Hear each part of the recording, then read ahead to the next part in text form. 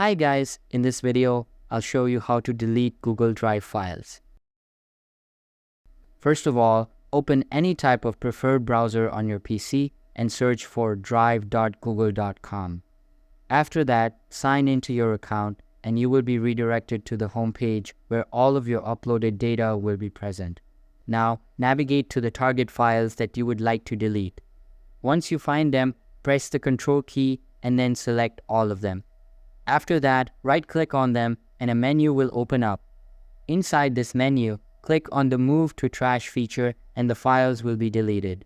In order to delete them permanently, navigate to the Trash section from the left side menu and all of the recently deleted files will be displayed.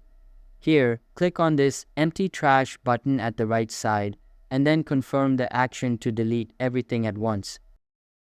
Similarly, on a mobile device, open the Google Drive app and make sure to sign into your account. After that, navigate to the Files tab located at bottom right corner, then select the target file and tap on the three dots icon beside it.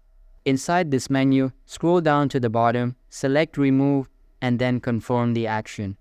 After that, tap on the hamburger menu at top left corner and then select Bin.